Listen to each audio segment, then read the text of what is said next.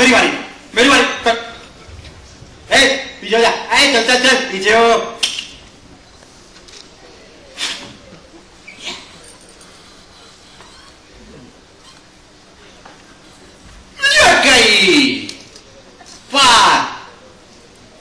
गुल्ली डंडा।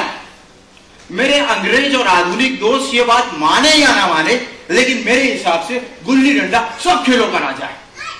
आज भी अगर मैं किसी लड़कों को गुल्ली डंडा खेलते देख लूं तो मेरा जी लोट-पोट हो जाता है और मन करता है कि अब भी जाऊं और उनके साथ गुल्ली डंडा खेलने लग जाऊं। अरे भाई, ना बैट की जरूरत, ना बॉल की जरूरत, ना मैट की, ना पैड की जरूरत, ना किसी पिच की, ना किसी टीम की जरूरत। मजे से किसी पेड़ की एक टहनी काट ली, एक की गुल्ली और एक का डंडा बना लिया, और दो लोग भी आ गए तो खेल शुरू, खेल शुरू। मेरे बचपन में मेरा एक दोस्त हुआ करता था, गया नाम का। ऊंचा, लंबा, काला, मुझसे 2-3 साल बड़ा होगा, और लंबी लंबी उंगलियां, लंबी लंबी टांगे, बंदर जैसे दिखता था और बंदर जैसी हरकत भी करता था। हमें नहीं मालूम था उसके माँ बाप थे नहीं थे, कहां से आता था, कहां जाता था, कहां रहता था, लेकिन था हमारे गुल्ली क्लब का चैंपियन। अरे ऐसे लपक के गुल्ली पकड़े, ऐसे लपक के गुल्ली पकड़े जैसे छिपकली कीड़े को पकड़ती है। गया जिस किसी के भी टीम में आ जाए, समझ जाओ उसकी टीम जीत जाती थी। भाई साहब, एक दिन गया और मैं दोनों अकेले ही खेल रहे थे। गया मुझे दिन भर से पढ़ा रहा था और मैं पढ़ रहा था। एक विचित्र बात है दोस्तों, पढ़ाने में तो हम दिन भर मस्त रह सकते हैं, लेकिन पढ़ना एक एक मिनट अखरता है। मैंने सारी धांधलियां कर ली, सारी चालें चल ली कि कैसे अपना गला छुड़ाऊं, लेकिन वो कमबख्त जिद्दी गया मेरा पिंड ना छोड़े। फिर मैं घर की तरफ भागने की सोची।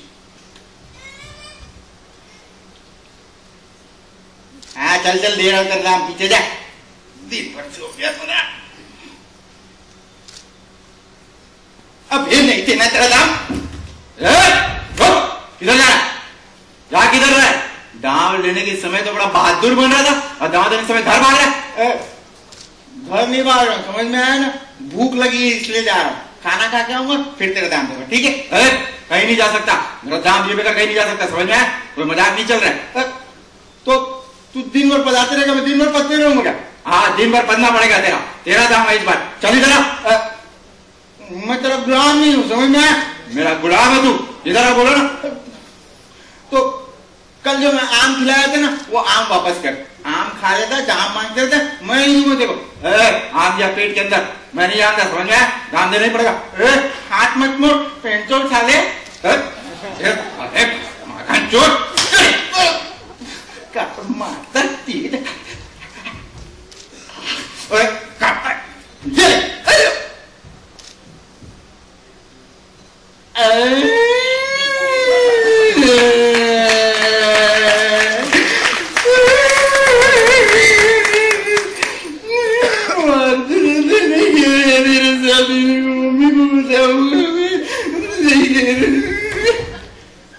और मैं रोते हुए घर भाग गया।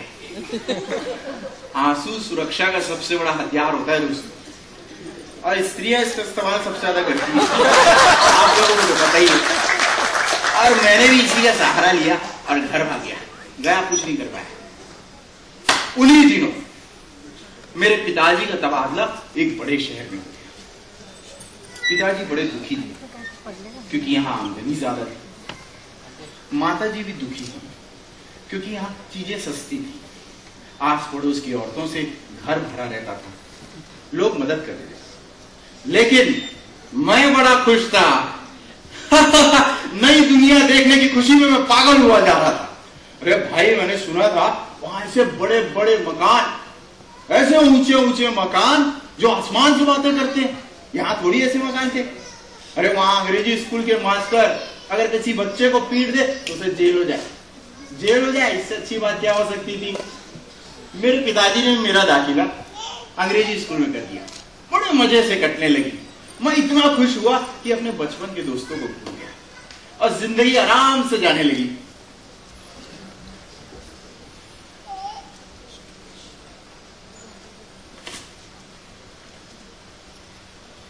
बीस साल गुजर गए।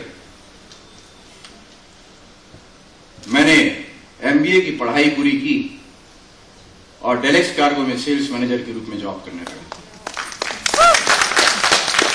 एक दिन मेरे बॉस ने मुझे बुलाया और कहा, हेलो सुनो विशाल, इधर आओ, तुम्हें 1 हफ्ते के लिए रायपुर जाना है।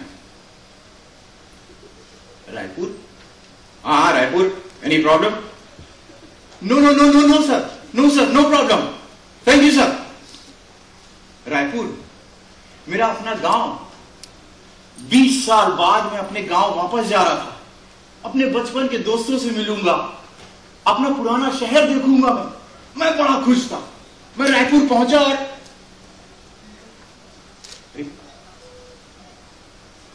ये क्या, यहां तो एक नीम का पेड़ हुआ करता था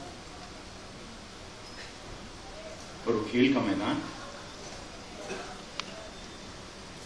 ये यहां एक पान वाले की दुकान। अरे हेलो हेलो हेलो, बेटा बेटा बेटा सुनो बेटा, यहां कोई गया नाम का आदमी रहता है क्या? गया कौन? वो जो जूता बनाता है? अब हाँ हाँ शायद वही होगा। बेटा क्या तुम बुला दोगे? बच्चे भागते हुए गए और क्षण भर में ही एक 5 हाथ के काले देव को सामने साथ लाते हुए, वो बड़ा ह्यूज काला। मैं पहचान गया है, मेरे बचपन का दोस्त गया है। मैं भागकर उसके गले लगना चाहता था, लेकिन पता नहीं कुछ सोचकर रुक गया। गया मुझे पहचाने? अरे मालिक कैसे हैं आप? मैं पहचान गया आपको सरकार, कैसे हैं आप? अरे मैं बड़े मजे में हूं। और ये वो मोहन मतई दुर्गा ये सब कहां है? मतई तो मर गया सर। मोहन और दुर्गा डाकिए हो गए और आप मैं इस जिले का सेल्स मैनेजर हो गया भाई। अरे वो तो भूल गया, गुल्ली डंडा खेलते हो कि नहीं? गुल्ली नहीं सरकार, अब तो धंधे से समय ही नहीं मिल पाता है।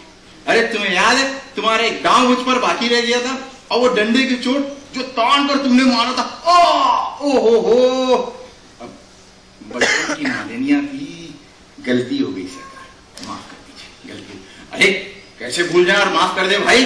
तुम्हारे डंडे की चोट में जो मजा था गया, वो तो बॉस की फटकार और इंसेंटिव में भी नहीं आता है। चलो चलो आगे तुम मैं खेलेंगे, चलो चलो चलो चलो चलो। मैं गया को अपनी गाड़ी में बिठाकर कुछ दूर ले आया और हमने गुल्ली डंडा खेलना शुरू किया। बड़ा मजा आया, काफी दिनों बाद मैं खेल रहा था। मैंने शुरुआत की और 2-3 घंटे तक गया को खूब पकाया। बाद में मुझे पता चला ये तो अब वैसा खिलाड़ी नहीं रह गया, सब भूल भाल गया ना। आप गिल्ली लपक पा रहा था, पहले तो सब टन से डंडे में मारता था, अभी वो भी नहीं लग रही थी, और लग भी जाती थी मैं थोड़ी धांधली कर देता था, बताता नहीं था और उसे पता भी नहीं चल रहा था। फिर मुझे दया आ गई, फिर मैंने कहा गया अब तुम्हारी बारी, तुम ले लो भाई। उसकी बारी आते ही उसने कहा कि शाम हो गई है, फिर कभी खेलेंगे, अब घर चले। हम घर की ओर लौट आए। लौटते समय गाड़ी में उसने मुझे बताया कि भैया कल यहाँ गांव में गुल्ली डंडे का खेल हो रहा है, अगर समय मिले तो आ जाइए, हो सकता है पुराने मित्रों से मुलाकात हो जाए। अरे जरूर जरूर, मैं जरूर आऊंगा, क्यों नहीं आऊंगा। मैं दूसरे दिन अपना सारा काम खत्म करके खेल देखने चले गया। अपनी गाड़ी में बैठ के ही मैंने खेल का आनंद उठाना शुरू किया। ओ हो, बचपन की वो सारी यादें ताजा हो गई। हम भी इसी तरह बेसुध होकर खेला करते थे। अरे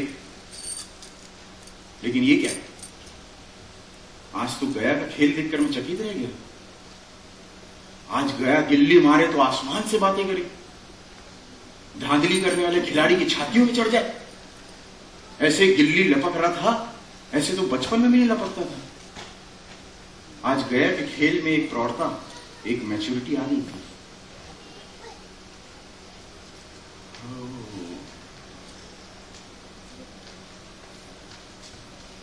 मैं समझ गया,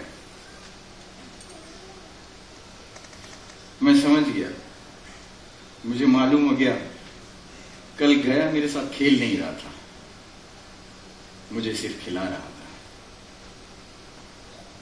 खेलने का बहाना करके सिर्फ मेरा मन रख रहा था।